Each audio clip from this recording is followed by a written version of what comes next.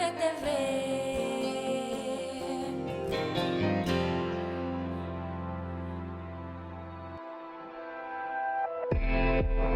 Hablemos.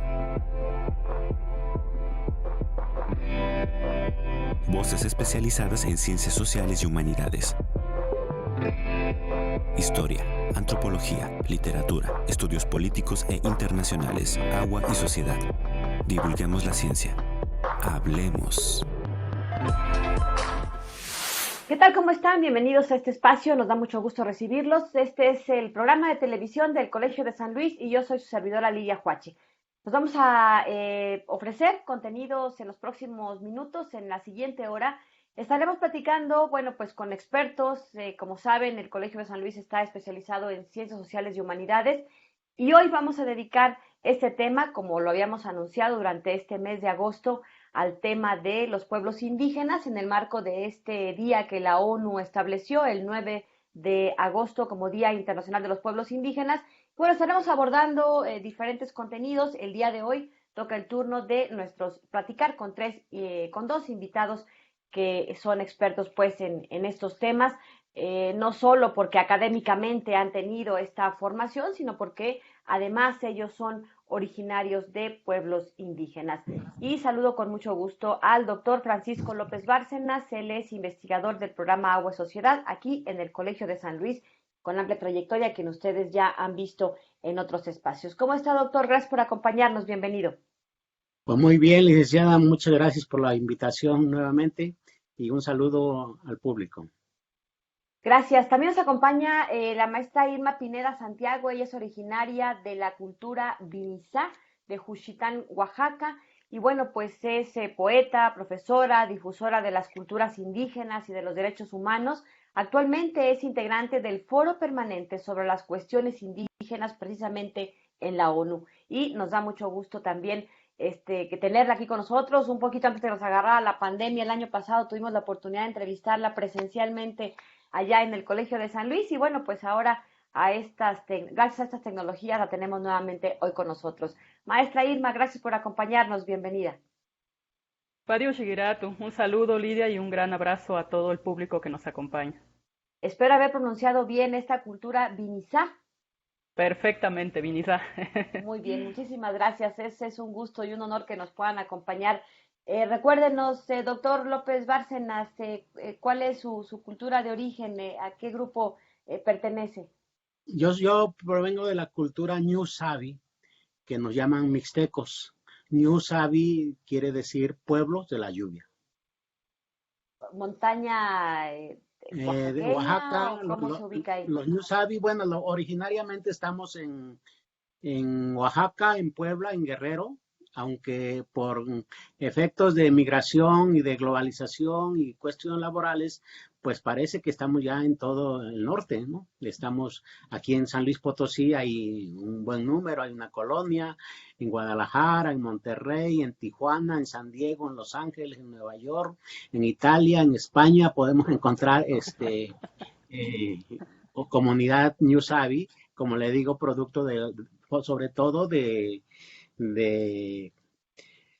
pues que no se encuentran con condiciones laborales dignas en los lugares de origen, la gente emigra, pero también muchos, como en mi caso y el de otros compañeros, migramos por cuestiones de estudio también, ¿no? Muy bien, pues bienvenidos a los dos. Estamos esperando que, bueno, ustedes saben, las tecnologías a veces no nos juegan buenas partidas y estamos esperando la posibilidad de incorporar a una tercera invitada y bueno, pues ya les informaremos en caso de que se resuelvan estas circunstancias tecnológicas. Pero por lo pronto, bueno, pues comenzamos. Este año 2021, pues es un año que coinciden dos efemérides, pero más allá de la efeméride, creo que es importante revisar lo que implican social, política, económicamente en la historia de nuestro país, pero particularmente la incidencia o el impacto en los pueblos indígenas. Y bueno, pues estas dos fechas ya están muy cercanas prácticamente. El 13 de agosto de 1521 se registra, digamos, en la historia la caída de la Gran Tenochtitlan. Y bueno, pues el 27 de septiembre de 1821 se recuerda como la fecha de la consumación de la independencia. espero centrarnos en la primera fecha de manera especial, aunque la segunda también la tocaremos ahí un poco de manera lateral.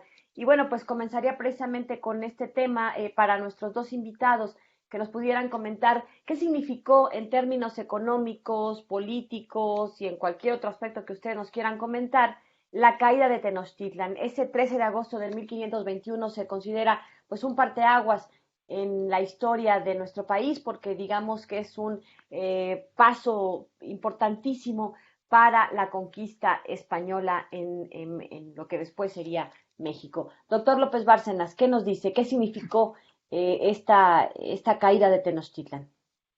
Eh, en primer lugar, creo que hay que decir que hay una historia oficial, una historia así de bronce, que nos enseñaron en las primarias, en las secundarias, y que dista bastante de la realidad. Hay muchos estudios que nos dicen más o menos cómo fue. Yo lo primero que creo que hay que resaltar es que los españoles no andaban paseando, andaban buscando nuevas rutas hacia el Asia y nuevos mercados, porque en Europa ya se había consolidado una parte importante de lo que era el capitalismo. Estaban produciendo mucha mercancía, estaban produciendo y necesitaban entonces materia prima, pero también necesitaban mercados para donde. Ojo, porque a 500 años, en otra circunstancia, pero nos sigue pasando lo mismo. Otro mito que hay sobre la caída de Tenochtitlan: los indígenas no conocían las armas que traían, entonces ni conocían la manera en que los hidalgos ahí se camuflajeaban para la guerra, entonces pensaron que eran dioses e incluso confundieron que el caballo y el jinete eran lo mismo. Esa es una gran mentira. Cuando los españoles llegan a Tenochtitlan, ya pelearon en Champotón, lo que ahora es parte de Campeche, ya construyeron incluso el municipio de Veracruz, ya pelearon en Otumba contra los totonacos. Todos los aztecas en Tenochtitlan ya saben, primero, que son hombres, no son dioses. Segundo, que caballo y hombre son dos cosas distintas, que las armas de fuego que traían sí causan destrozos, pero que hay que dispersarse únicamente, y esto lo prueban sobre todo en Otumba, que hay que dispersar al ejército y ya sus armas no hacen nada. O sea, ya sabían eso. Entonces, y además eran muy pocos españoles. ¿Qué pasó entonces? Pasó que los españoles hábilmente supieron aprovechar los problemas que tenía, primero, la Triple Alianza, y segundo, la Tenochtitlan con los pueblos que ellos sojuzgaban. El imperio azteca pues era eso, un imperio, y obviamente había pueblos alrededor de ellos que pagaban tributos y que no estaban nada de acuerdo, y que con la llegada de los españoles vieron la posibilidad de liberarse de eso. O sea, la conquista de Tenochtitlan fundamentalmente la hacen pueblos indígenas que están peleando, que están queriendo liberarse del dominio azteca. No midieron obviamente que después ellos iban a caer en otro dominio que era el español, y ojo otra vez, porque a nosotros a 500 años nos ha pasado más o menos lo mismo. Más al rato trataré de explicar esto. Entonces, diría en conclusión, el 13 de agosto de 1521 cae Tenochtitlan. No es la conquista como nos dijeron, sino es el inicio de un proceso de transformación histórica que se va a dar muy profundamente. Después, a partir de ahí van a salir las expediciones hacia el sur, sobre todo hacia la Mixteca, parte de van a conquistar Coixtlahuaca, van a conquistar Tututepec en la costa, van a irse a Tehuantepec por la parte del Golfo, después se van a venir al altiplano mucho tiempo después, ¿no? A conquistar los pueblos chichimecas. A los pueblos chichimecas les costó un tiempísimo, casi medio siglo dominarlos. y de ahí, pero les importaba mucho porque Guanajuato, San Luis Potosí, debe su nombre a eso, Zacatecas eran riquísimos en minerales que ellos andaban buscando, y de ahí hacia el septentrión, Durango, Chihuahua, y de ahí hacia el noroeste Sonora, ¿no? Creo que así será esto durante la conquista, ojalá y podamos hablar más después, solo lo anuncio, van a pasar cosas muy interesantes, no solo va a ser una conquista militar, van a ser también conquistas económicas, y yo creo sobre todo que va a ser una conquista cultural. Bueno, nos toca ir a la pausa. Regresando, escucharemos la intervención de la maestra Irma Pineda en este sentido. Pero bueno, pues les recuerdo que este gobierno, esta administración federal ha puesto especial énfasis en este tema de regresar la mirada a estos acontecimientos históricos que influyeron y que fueron determinantes en los procesos sociales que hoy vivimos, y particularmente, bueno, pues hoy nos interesa recuperar esta perspectiva de los pueblos indígenas. Hacemos una pausa. Les recuerdo también que este programa se estrena los martes a través de 9TV, y mañana miércoles ya está disponible en nuestro canal de YouTube. Así que ahí lo puede consultar, ver en pausas, en el tiempo que ustedes vayan decidiendo, y compartir también, por supuesto, el link para generar ahí más difusión, mayor difusión de estos contenidos. Hacemos una pausa y regresamos para seguir platicando sobre estos temas. Bueno, pues a 500 años de la caída de la Gran Tenochtitlan.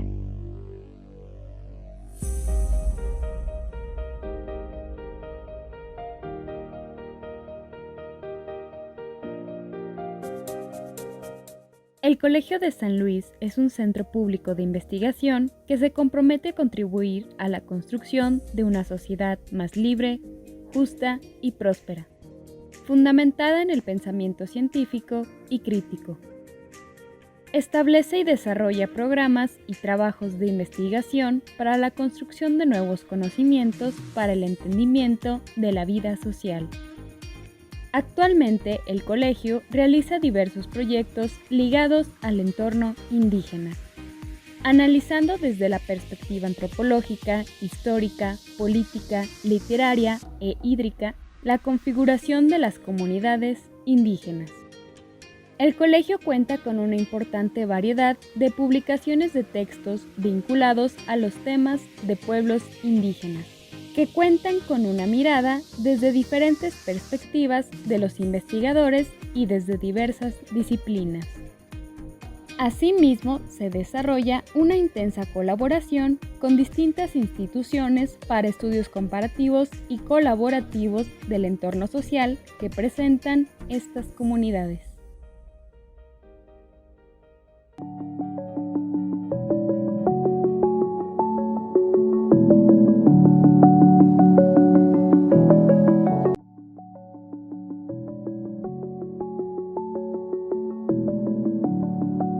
Estamos de regreso y bueno, pues nos quedamos en esta intervención pendiente de la maestra Irma Pineda, a quien me gustaría reiterarle la pregunta que además sumaría qué significó en términos políticos y económicos para los pueblos indígenas esta fecha, esta caída de Tenochtitlan del 13 de agosto de 1521, y cuáles otros mitos hay alrededor de este acontecimiento, de la conquista de los españoles. Muchas gracias, Lidia. Mira, yo creo que es una fecha bastante significativa para los pueblos indígenas porque podemos considerar que prácticamente es el inicio de un proceso largo que hasta ahora seguimos viviendo de colonización, ¿no? ¿Qué pasa en este momento? Ocurre que los países europeos están en la búsqueda de riquezas, como ya se señalaba anteriormente, están en la búsqueda de nuevos territorios que les significaran también la posibilidad de procesos extractivistas, ¿no? Hay un asunto expansionista también, entonces ya veíamos a Inglaterra haciéndose de los territorios y de los recursos naturales de un continente como África. España viene a este lado, a las Américas o a la Vía Yala, como también se nombra. Entonces, ¿Qué se encuentran aquí? Justamente hay un documento muy interesante de Hernán Cortés, que es una carta que le envía al emperador Carlos V, que es las cartas de relación, ¿no? Hay una primera carta, pero la que es más interesante es la segunda carta. La considero, desde mi punto de vista, más interesante porque es donde hace una descripción mucho más larga y más profunda de todo lo que va encontrando a su paso en su camino justamente a Tenochtitlán, ¿no? Pero ahí encontramos algunos temas muy, muy interesantes, ¿no? Describe el oro, describe las riquezas. Entonces, lo que estamos viendo ahí es la evidencia de este objetivo, ¿no? Llegan a buscar estas riquezas en nuevos territorios. Hay también una breve referencia a la lengua, ¿no? Porque obviamente necesitaba comunicarse, no hablaba él ni náhuatl ni otra de las lenguas originarias, entonces va haciendo uso de recursos como son las personas, entre ellos pues un personaje creo que muy mal juzgado en la historia, que es la Malintzin, o la Malinche, como la conocemos, donde en esa segunda carta hace una breve referencia que va con esta lengua, ¿no? Y la nombra así, no se refiere a ella como una persona, sino dice, me acompaña la lengua, ¿no? Entonces, otro de los puntos que me parece bastante necesario destacar ahí, en esta segunda carta de relación, es precisamente lo que da lugar a la caída de Tenochtitlán, ¿no? Que es la división interna, es decir, la división que hay entre los diferentes pueblos originarios.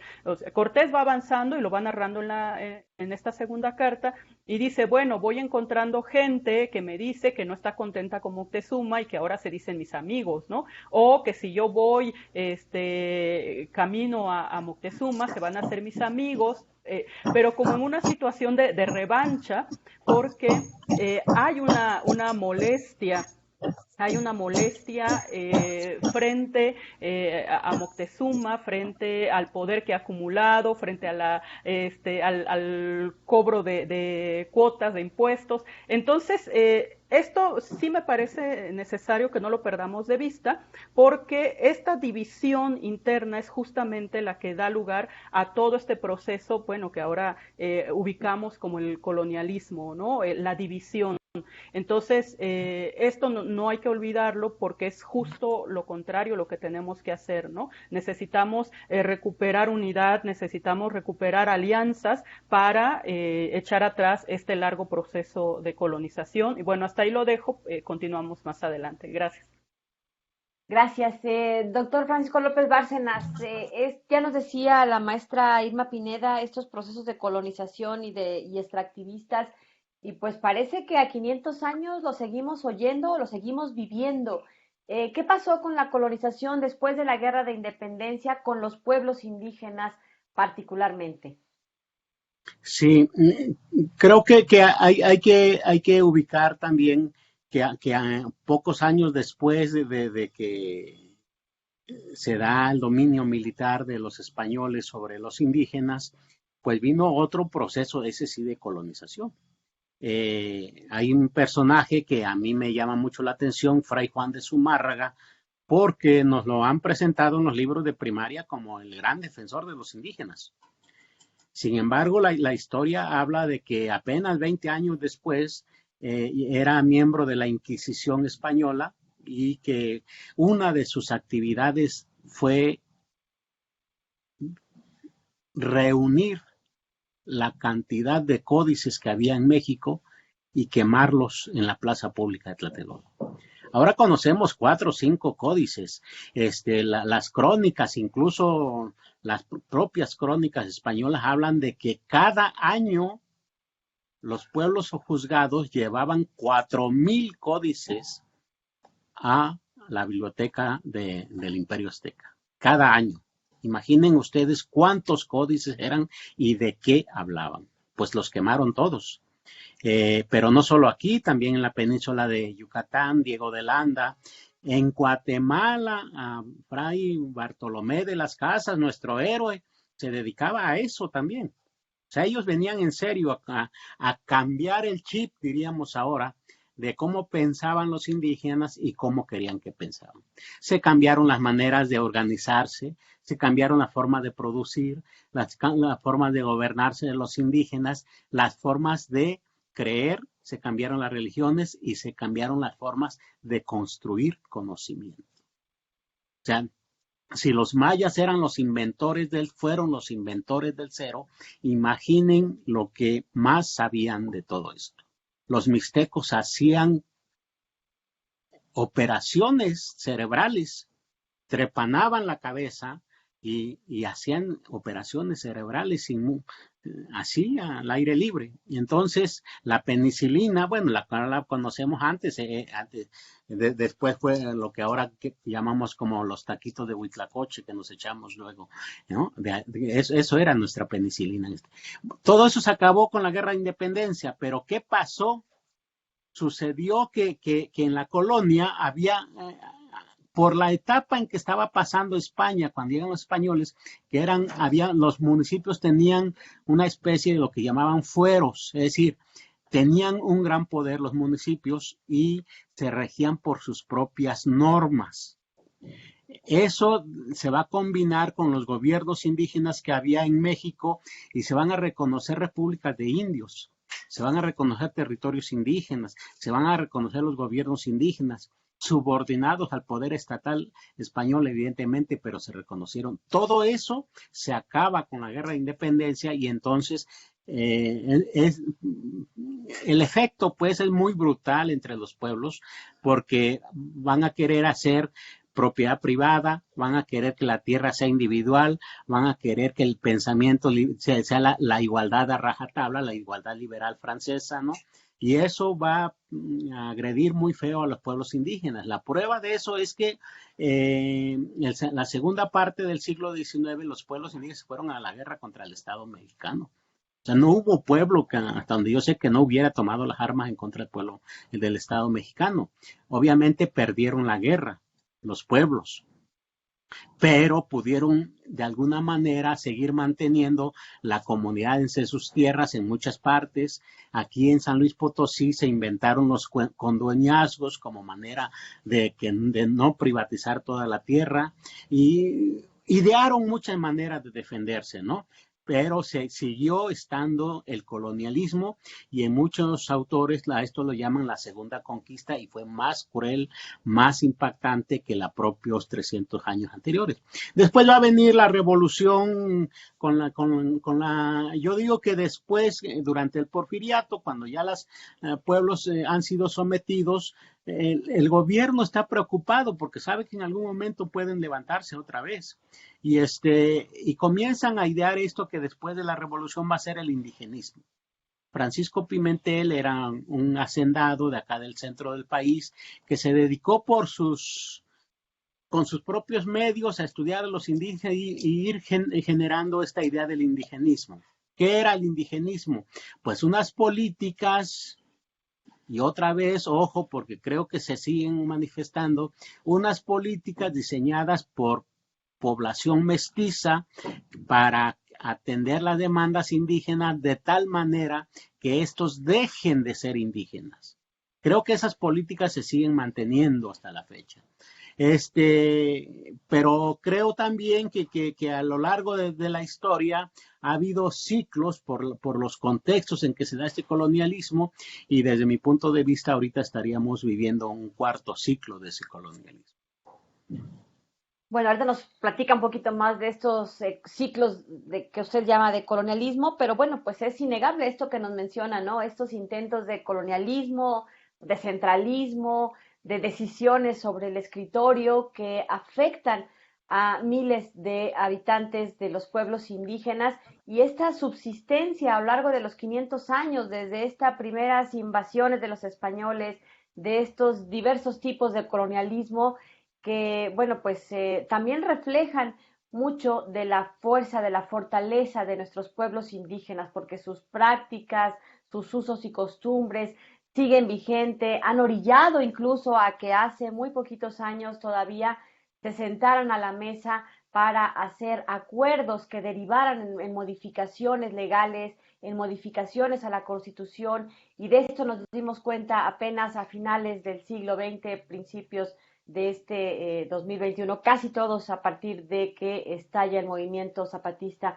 en 1994. Creo que también esa es una fecha muy importante que no tenemos que perder de vista, porque bueno, eso derivó en los acuerdos de San Andrés, en fin, en estos diálogos que a nadie le habían preocupado durante décadas. Hacemos una pausa y regresamos. Los dejo con esta cápsula para que sigan informándose de qué está ocurriendo aquí en el Colegio de San Luis, y los invitamos para que sigan nuestras redes sociales. Ahí estamos publicando constantemente las actividades, transmisiones en vivo. Síganos, estamos en Facebook, Twitter e Instagram. Regresamos.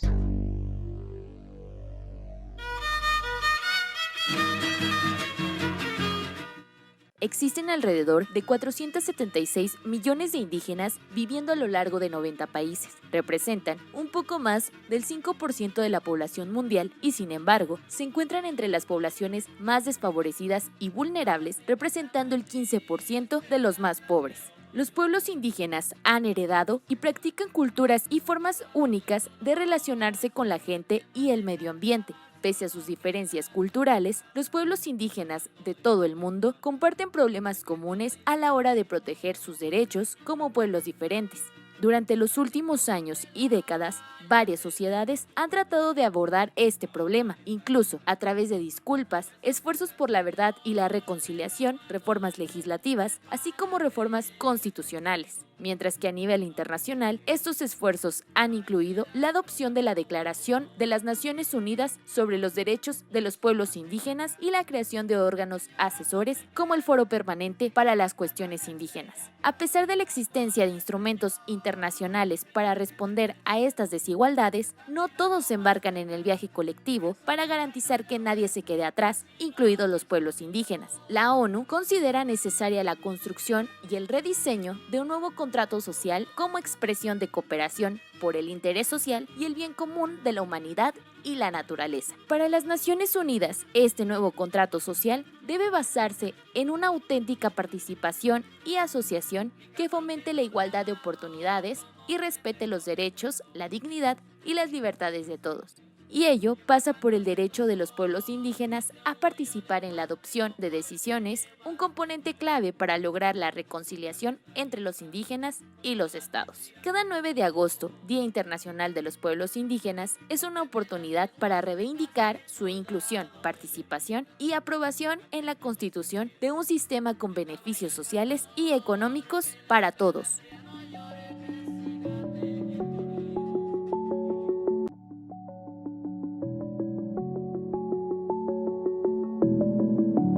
Bien, estamos de regreso y vamos a seguir platicando. Bueno, pues este asunto de los pueblos indígenas a 500 años de la caída de Tenochtitlan. Nos decía antes de la pausa, doctor López Bárcenas, que usted consideraba que había como 4 ciclos del colonialismo. Platíquenos así muy breve y didácticamente, como usted sabe hacerlo. Bueno, el primer ciclo es el que conocemos propiamente como la colonia, 1521, 1821, que es la fecha del año que se da como la independencia.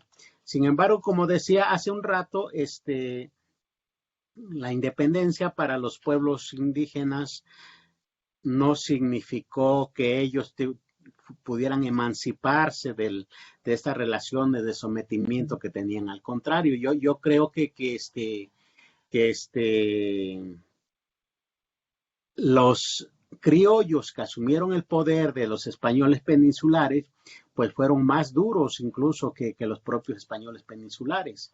Ellos toman el poder y al estar tan cerca, ya no estar en España, heredan todas las prácticas que de aquellos que a los que habían arrojado del poder y las comienzan a practicar sobre los pueblos. Hay que decir que este sometimiento es un sometimiento racial. Es decir, se somete a los indígenas no solo por ser pobres, no solo por no tener las mismas condiciones que el resto de la sociedad, sino porque pertenecen a una cultura distinta. Es decir, podía haber indígenas preparados, pero nunca iban a llegar a un cargo alto. Lo mismo que le pasaba a los españoles cuando el dominio español de la corona, pues los criollos no podían llegar a cargos altos. Y entonces de aquí surge lo que muchos han llamado el colonialismo interno. Es decir, el Estado, la clase que domina, que tiene el control del poder económico, político, somete a los indígenas. El segundo ciclo del colonialismo, yo lo ubico desde la Guerra de Independencia hasta el Porfiriato, más o menos. Y este se va a distinguir, si el primero se distinguía porque los españoles lo que buscaban era minerales, oro y plata sobre todo, este se va a distinguir porque en principio se va a desconocer la existencia de pueblos indígenas. Y obviamente se van a desconocer sus gobiernos. Y después se va a buscar fraccionar sus tierras comunales. Creo que esos son los dos rasgos importantes. Hubo excepciones. Por ejemplo, recuerdo mucho 1825, siendo diputado Benito Juárez en Oaxaca, propone que se reconozcan, sigan reconociendo las repúblicas de indios y que se reconozcan sus gobiernos. Eso era muy importante. En 1856, cuando se discute la Constitución Federal, Ignacio Ramírez, el nigromante, propone que los estados se constituyan de acuerdo a los territorios que ocupan los pueblos indígenas y que se reconozcan sus lenguas y que se reconozcan sus gobiernos. Una cosa importantísima en esa época, ¿no? Nadie le hace caso, evidentemente. Al contrario, lo que aparece en la Constitución es que se faculta a los estados para coaligarse y hacer la guerra a los indios. Bueno, la tercera etapa me parece que viene de la guerra, de la revolución, más o menos a los 60, lo que en otras palabras se conoce como el nacionalismo revolucionario. Sin embargo, en esta época se consolida como parte de las políticas hacia los pueblos indígenas, lo que se conoce como indigenismo, y que básicamente, como ya dije, era cómo va a ser el Estado para incorporar a los pueblos indígenas al resto de la nación. Pues lo que ellos dicen es desindianizando, es decir, que desaparezcan. Y así se hicieron proyectos educativos, se hicieron proyectos de desarrollo, se hicieron proyectos que no lo lograron, esa es la verdad. Y el último, creo yo que sería que estamos viviendo, yo lo ubicaría como una etapa en donde el Estado pierde poder frente al capital, ¿no? Son los capitales transnacionales, los mineros, los de la biodiversidad, los de los recursos genéticos, que están diciendo por dónde va a ir el desarrollo del país, no solo en México, en el mundo, y lamentablemente los recursos que ellos quieren están en territorios indígenas y entonces los más agredidos en esta etapa son los pueblos indígenas. A la par de esto hay una política con un discurso que exalta mucho lo indígena, pero pues que en la práctica hace poco por ellos, ¿no? Eso es lo que yo diría. Maestra Irma Pineda, yo decía antes de ir al corte que justamente en esta nueva etapa que nos ubica el doctor López Bárcenas del cuarto ciclo del colonialismo, donde el Estado pues es un Estado débil, en donde pareciera que persisten estas prácticas colonialistas, pero ahora en manos de otros actores y estas prácticas extractivistas. ¿Cuáles serían, digamos, los pasos más importantes que se han dado para intentar defender a los pueblos indígenas, si es que ha ocurrido? ¿Qué prácticas coloniales persisten? ¿Cómo se manifiestan? ¿Y cómo se pueden combatir? Sabemos que usted fue protagonista por ahí en 1994 de esta Convención Nacional Democrática, derivada de este movimiento que encabezó o que hizo que se movieran muchas cosas del Ejército Zapatista de Liberación Nacional, del EZLN. ¿Qué nos cuenta? Muchas gracias, Lidia. Fíjate que, bueno, antes de hablar de lo contemporáneo, donde podemos mencionar que hay una búsqueda de los derechos humanos y en este sentido también particularmente de los derechos de los pueblos indígenas, precisamente para tratar de revertir todos estos siglos de colonialismo, de pues despojo, de agresión y violencia hacia los pueblos indígenas. Yo quisiera regresarme un poquito, sobre todo si nos escuchan, si nos ven algunos jóvenes, que no pierdan de vista un punto, ¿no?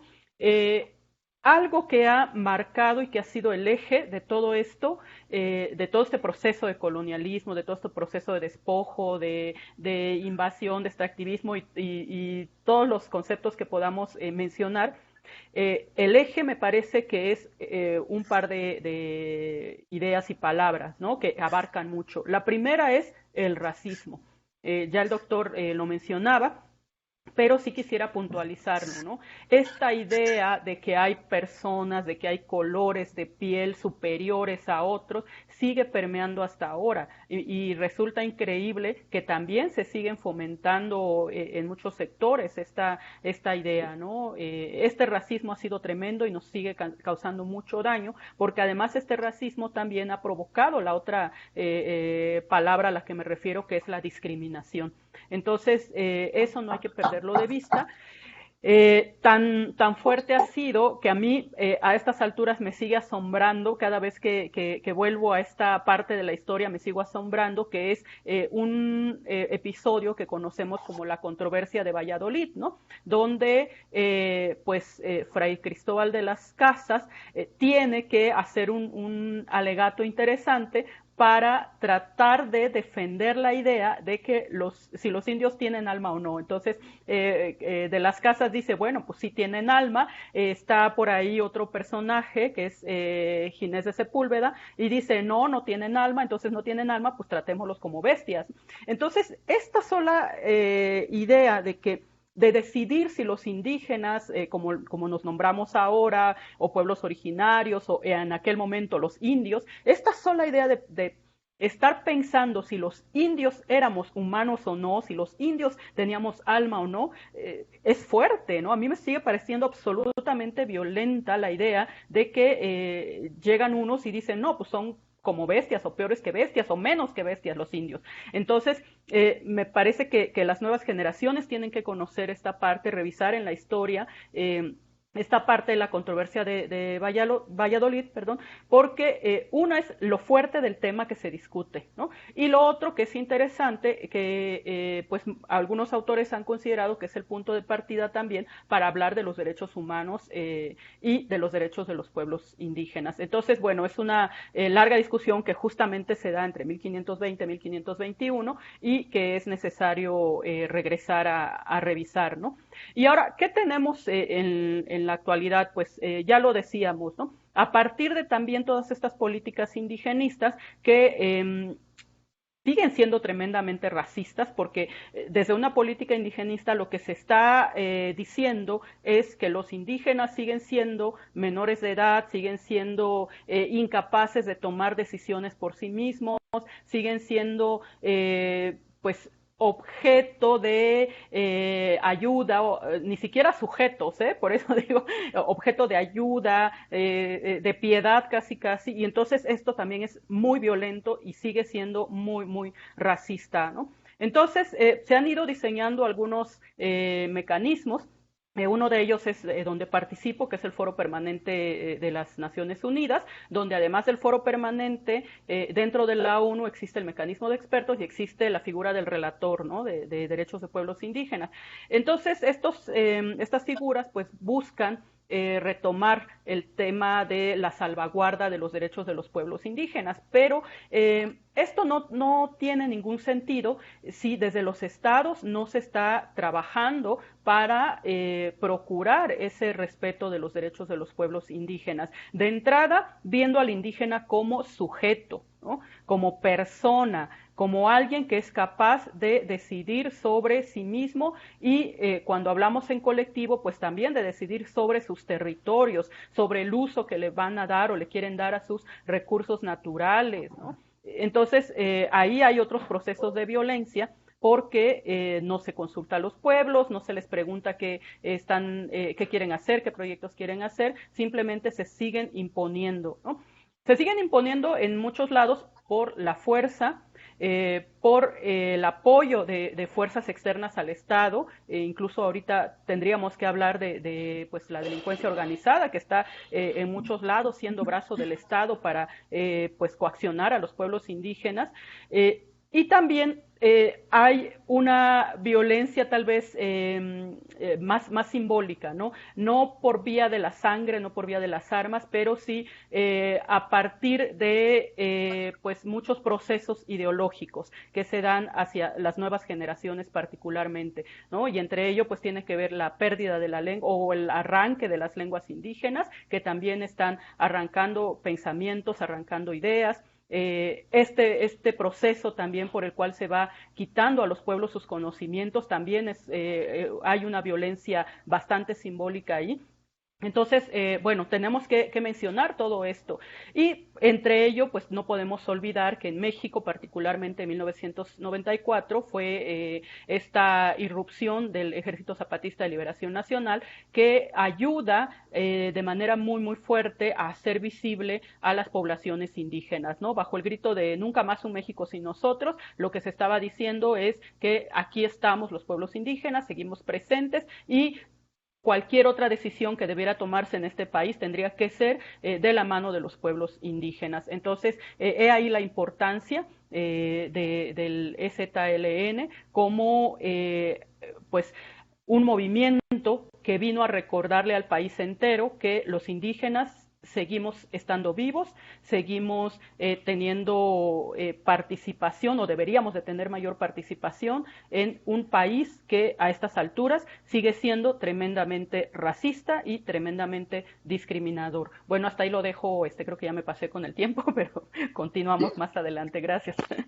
Sí, regresaremos para este último cuarto bloque para platicar sobre este asunto, pero bueno, por lo pronto nos vamos a la pausa, nos quedamos aquí como en esta espera, en este tema, en esta parte, porque creo que es importante seguir destacando, ¿no? Este sometimiento racial del que nos hablaba el doctor López Bárcenas y esta persistencia de este racismo del que han sido objeto nuestros pueblos indígenas, y que los han tenido en una condición, si se revisan las estadísticas, de quiénes son los más pobres, de quiénes son los de más carencias sociales, en estas mediciones de pobreza que se hacen a través del Coneval o de otras instancias gubernamentales, pues lamentablemente siempre aparecen los grupos más vulnerables. ¿Por qué? Porque pues a lo largo de 500 años han estado padeciendo este tipo de discriminaciones, sometimientos, en fin, explotaciones y demás. Hacemos una pausa y regresamos para concluir esta charla con nuestros invitados de hoy en este marco a 500 años de la caída de Tenochtitlan. Continuamos.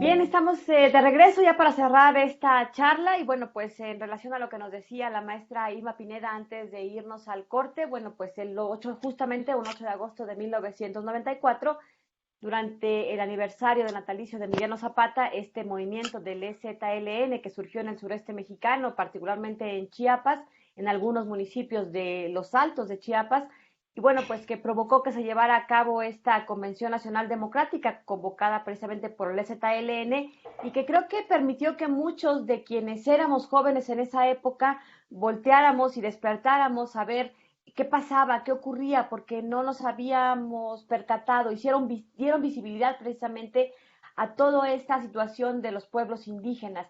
Y creo que hoy, en este 2021, es muy necesario seguir recuperando, seguir volteando a ver, porque pareciera que solo fue una coyuntura mediática, pero creo que esto va mucho más allá. Creo que no se debe perder todo lo que se logró en esa época, porque se dieron pasos importantes, se hicieron modificaciones legales, algunas que se han materializado más allá de una simple el marco legal, pero bueno, pues ya creo que todos estos intentos que, por ejemplo, este espacio representa, ¿no? Que se voltee esta mirada hacia los pueblos indígenas. Maestra Irma Pineda, ¿qué perspectivas hay para el futuro inmediato y el no tan inmediato? Híjoles, pues mira, yo veo un futuro bastante contradictorio, ¿no? Porque por un lado no quiero dejar de reconocer algunos mínimos avances, sobre todo como ya lo mencionabas, Lidia, en materia legal, ¿no? Ahora en la Constitución se reconoce la existencia de los pueblos indígenas, se habla de pues un país pluricultural, se han reconocido las lenguas indígenas, entonces por un lado, podríamos considerar estos como avances.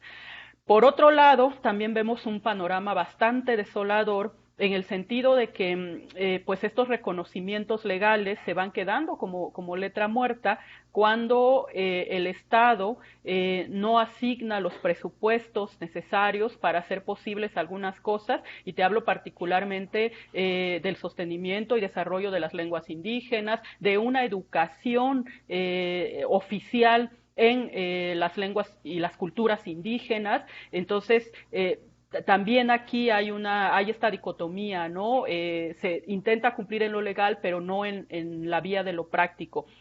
No se asignan también a funcionarios sensibles, responsables o con conocimiento sobre muchos de los temas que tienen que ver con pueblos indígenas y, insisto, tampoco se asignan los presupuestos para hacerlos posibles. Eso por un lado. También tenemos otros temas que no podemos dejar de mencionar, que es esta persistente violencia hacia los pueblos indígenas para arrebatarles sus territorios, para arrebatarles sus recursos naturales, para arrebatar la riqueza que sigue habiendo ahí, ¿no? Entonces volvemos a esta mirada de deseo que nos describe Hernán Cortés en 1521, entonces, esa mirada de deseo no ha cambiado. Han cambiado los personajes, pero sigue este deseo, esta ambición sobre las riquezas que aún poseen los pueblos indígenas. Y ahora ya no se trata solamente de las riquezas naturales, ¿no? Donde se les busca quitarles sus minerales, se busca quitar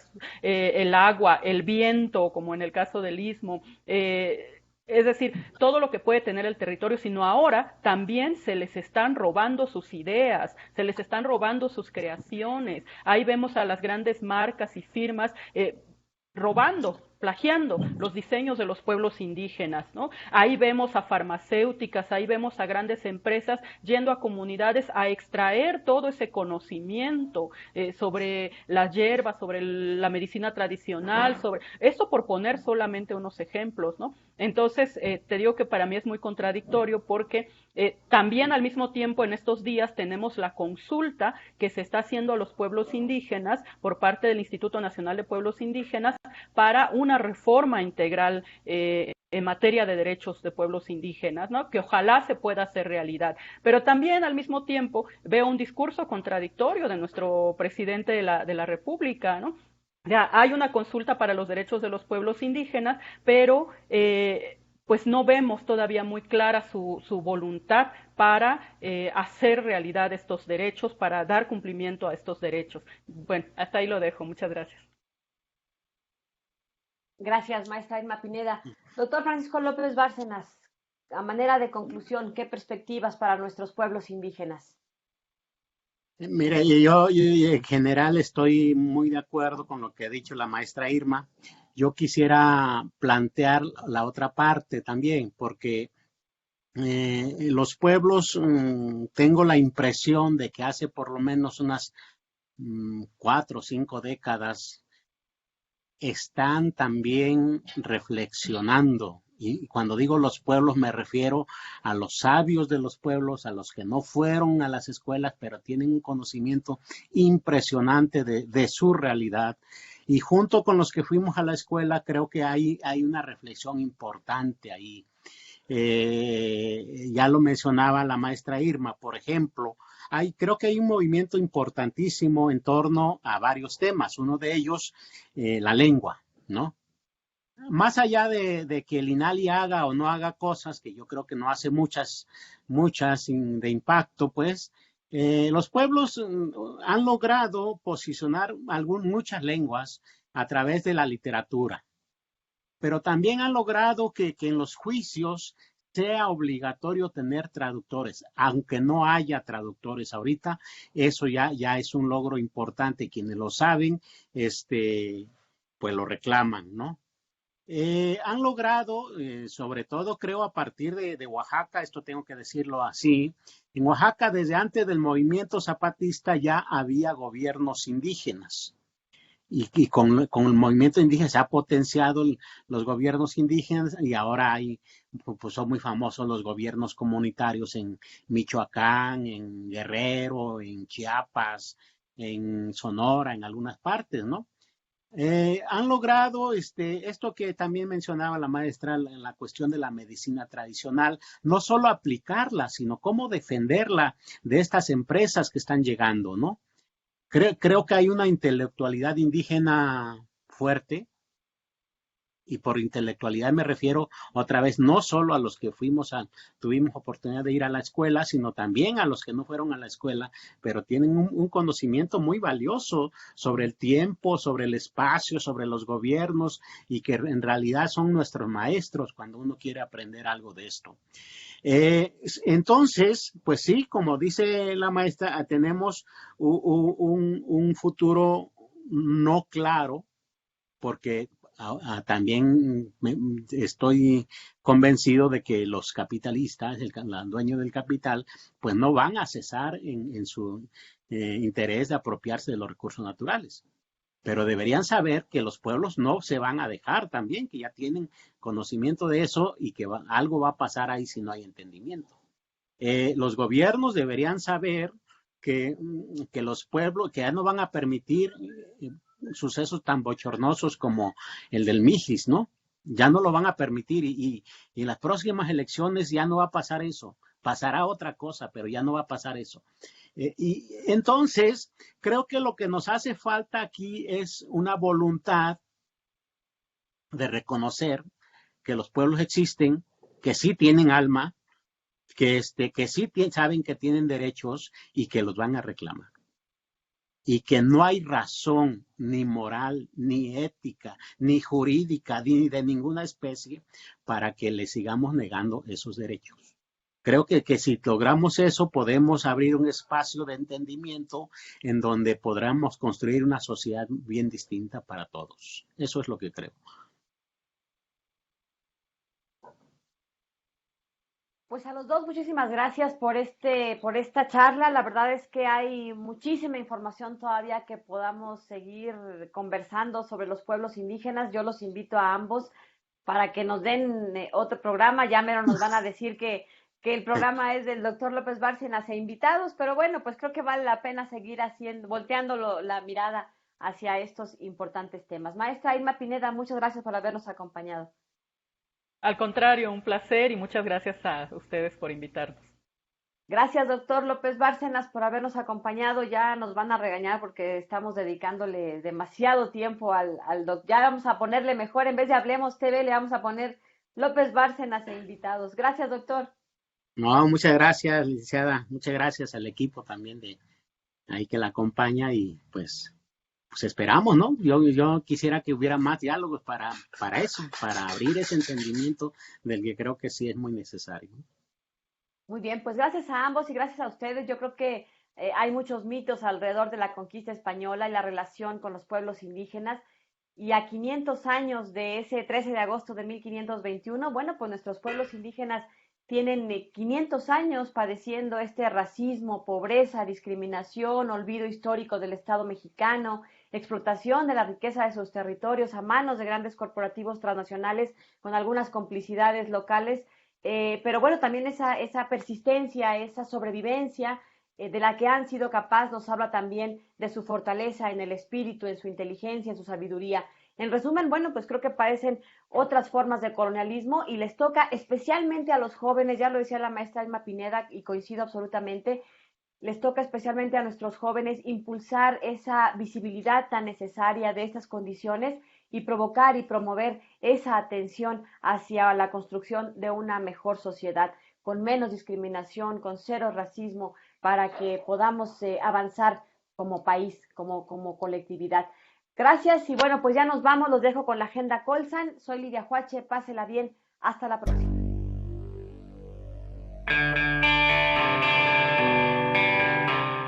El Colegio de San Luis te invita a las actividades académicas que se llevarán a cabo durante los próximos días.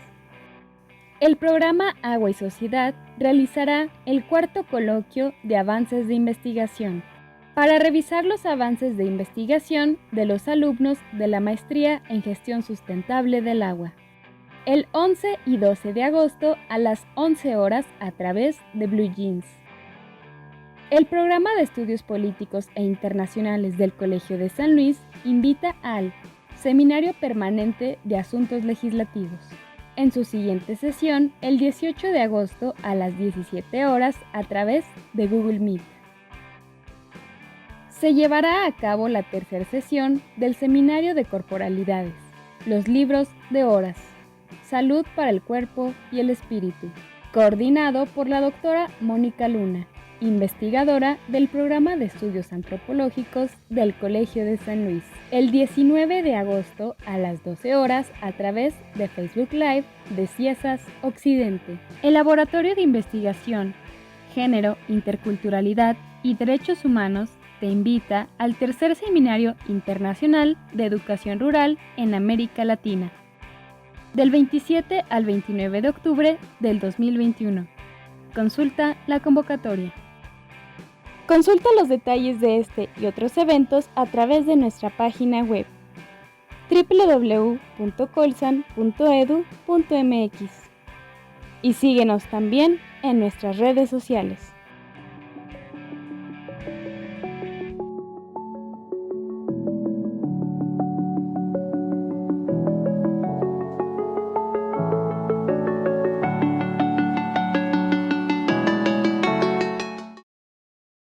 Muévete, ve.